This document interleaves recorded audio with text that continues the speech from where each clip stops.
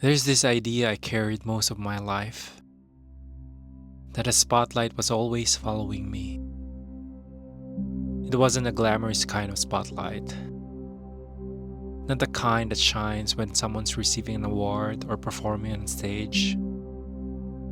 It was the kind that burned, like a heat lamp trained on my every move, waiting to expose the smallest flaw.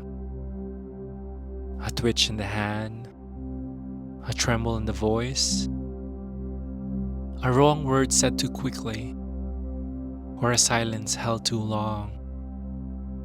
It was always there. I didn't know what it was called at the time. I just knew that at the moment I stepped into a classroom, or into a stage, or into any room with more than 5 people, my heart would race, my throat would close, and my mind would spiral into a dozen imagined conversations, all of them ending in an embarrassment. I remember as a child, just the idea of reciting in a class was enough to make my palms sweat. The teacher would scan the room for volunteers, and I'd shrink a little in my seat, trying to be invisible. But in my head, I was anything but. I imagined everyone noticing me not raising my hand, judging, thinking, why is he so quiet? Is he dumb? Doesn't he know the answer? A spotlight doesn't need to be real to make you feel exposed. Later, in high school, I'd sign up for plays or declamation contests, mostly because it was required, or because I need the grade. But each time I stood in front of an audience, I felt like my body stopped belonging to me. My movements were stiff, my voice a trembling echo of what I rehearsed. And always, that voice in my head whispering, they're watching. They noticed the slip. You look ridiculous. You shouldn't be here. Even in college, when I was older and supposedly more confident, that spotlight followed me into thesis defenses, into presentations, even into simple group meetings. I'd be so focused on not messing up that I barely heard the questions. I'd rehearse every sentence in my head before saying it, and even then, I'd flinch at how it came out.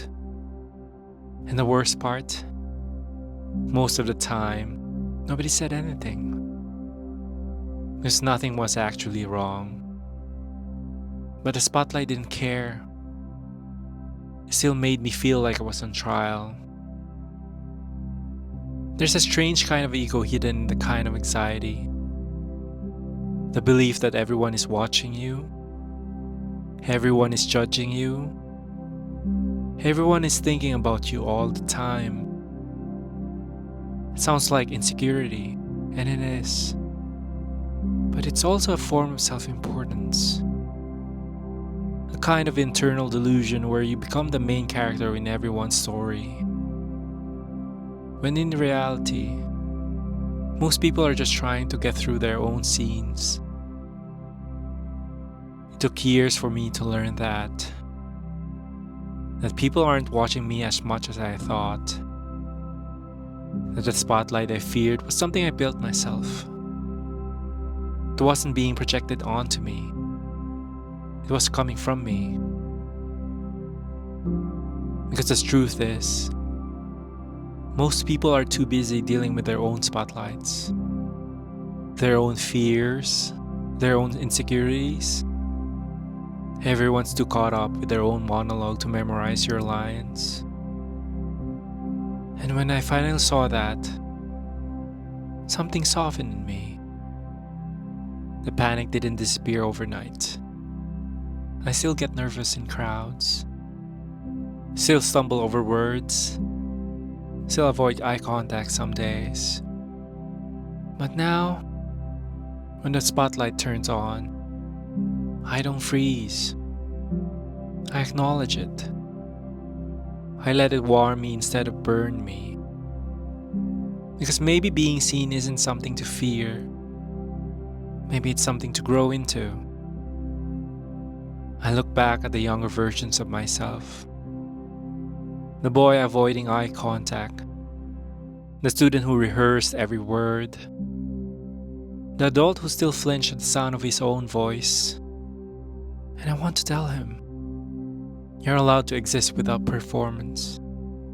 You don't have to be perfect to be present. Nobody's keeping score the way you think they are. I think about all the times I said no to things because I didn't want to be seen fumbling.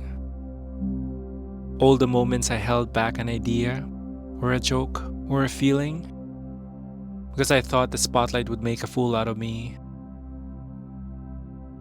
But what if I had leaned in instead? What if I had spoken, moved, acted like no one was watching? Because honestly, most of the time, no one is. And when they are, they're probably not thinking what you think they are. They're not counting your flaws. They're seeing you try. And more often than not, they're silently rooting for you. Or wishing they had the courage to do the same. So now, I walk into rooms differently. Not with bravado, but with softness. Not to perform, but to participate. And that spotlight is still there some days. But now it feels more like a companion than a curse. A quiet reminder that I'm still here, still growing, still daring to be seen, even when my voice shakes. Because life isn't a stage where you have to get every line right. It's a conversation. One where you stumble, laugh, pause, and continue. And somewhere in that mess, you realize you were never under judgment. You were just under light. And light, when you let it in, can help you grow.